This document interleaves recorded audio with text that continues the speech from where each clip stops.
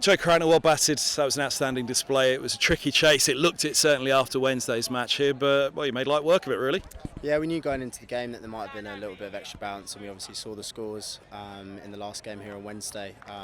So we're under no illusions what the wicket could hold for us. It was just one of those. We knew that we needed to keep carrying on building from the previous 3 games, especially from last week's win. And it's just, if we executed where we wanted to bowl and execute our options with the bat, we knew that we could put in a performance like that. What were you thinking at the halfway stage? Bearing in mind the scores here on Wednesday, they just managed to get a little rally together before the end, didn't they, to get up and over 200. Were you worried at all? We had a little chat before we went off, and we knew it wasn't going to be an easy chase. And we said that they got 200 because they had a few cameos and a few starts.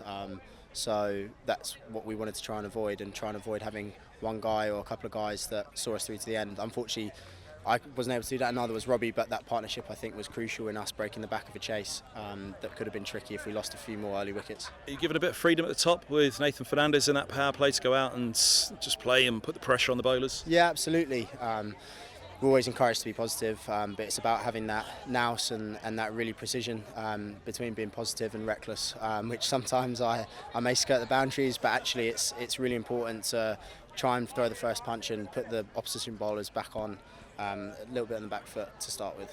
You're being critical of yourself there, but obviously a player will come in and make an impact. There usually is a little dip off in the early days and it comes back again. It feels like you're back again now and that form book's moving in the right direction. Yeah, look, it's been a strange couple of months. I haven't maybe performed as I would like personally, but that comes right.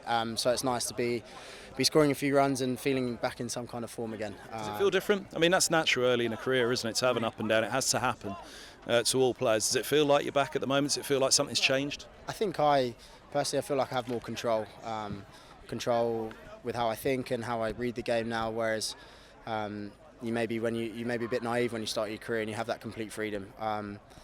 And it's taken a bit of learning and a few mistakes along the way, but I feel a lot calmer and a lot more control than maybe I was this time last year or earlier in the season. I'd imagine the team feel a lot better. 2 defeats to start the competition. I know everybody spoke quite honestly about the performances in those 2 games, but the last 2 seem to have put that to bed. Yeah, look, we're under no illusion. Again, we can always improve and we can always be better. But fundamentally, it's nice to win a couple of games. We still need to keep improving our skills and our execution. And we can still be better with both bat and ball and in the field as well. So we still need to keep getting better and keep stringing some kind of performances together to keep the winning streak going. Good to see players coming in as well. I mean, you look at the sidelines today, some good players. Obviously Martin with a slight knock missing out on this one, but bowling wise and batting, Robbie coming in and making an impression today. And that's the key, competition for places. Like Whitey coming in, having not been involved much, and actually credit to him scoring 50 in what was a vital chase. So yeah, it's something that we know we have guys that are capable that come in, but actually it's the 11 out there that need to carry on putting in the performances. It's a big week coming up. Durham won't be easy. It's at Radlett. It's a home game, then a trip to Lancashire, and then of course Lords against Somerset. There are 3 pretty big teams to come up against. Not that Kent or anybody else that you placed before isn't, but well placed to go into those games. Yeah, absolutely. And going into Radlett, we're confident playing there. We know how to play there, and then on to up to Old Trafford again, a great place to play and a great opposition. So it's one of those where we relish the challenges and relish the opportunities that come with it. Is mindset now the key? Because obviously there's a big end to the championship season to come, so Middlesex I'm sure will be, come what may in these next few weeks, make sure that the upward momentum, the positivity of the last couple of matches continues. Yeah, absolutely.